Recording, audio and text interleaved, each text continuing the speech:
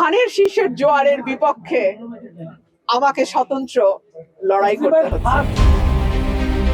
আসন্ন ত্রয়োদশ জাতীয় সংসদ নির্বাচনে ব্রাহ্মণবাড়িয়া ২, সরাইল, আশুগঞ্জ ও বিজয়নগরের আংশিক আসনে চাঁদাবাজি ও টেন্ডারবাজির বিরুদ্ধে কঠোর অবস্থানের ঘোষণা দিয়েছেন বিএনপি থেকে সদ্য বহিষ্কৃত সহ আন্তর্জাতিক বিষয়ক সম্পাদক ব্যারিস্টার রুমিন ফারহানা।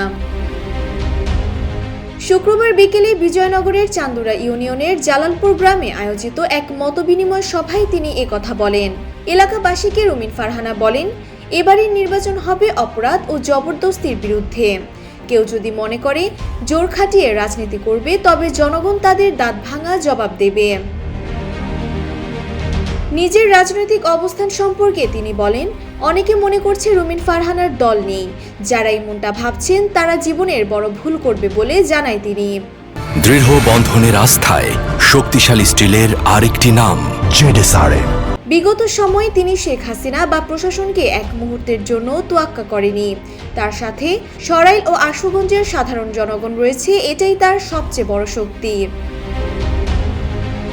নির্বাচনে হাসপাতাল নিয়ে প্রতিদ্বন্দ্বিতা করার আগ্রহ প্রকাশ করে তিনি আরও বলেন, সকলের সুখে দুঃখে যেভাবে তাকে পাশে পাবে সাধারণ জনগণ, অন্য কাউকে সেভাবে পাবে না। তিনি এই অঞ্চলকে নিয়ে পরিকল্পিত উন্নয়নের স্বপ্ন দেখে এবং একে একটি শান্তির নগরী হিসেবে গড়ে তুলতে চায়। ভোটারদের ভয়ভীতি না দেখানোর বিষয়ে সতর্ক করে রুমিন ফারহানা বলেন, কোনো নেতাকর্মী বা সমর্থককে দমানোর চেষ্টা করলে তার ফল ভালো হবে না। সভায় উপস্থিত ছিলেন স্থানীয় গণমান্য ব্যক্তিবর্গ, সাবেক জনপ্রতিনিধি এবং কয়েকশো সাধারণ মানুষ।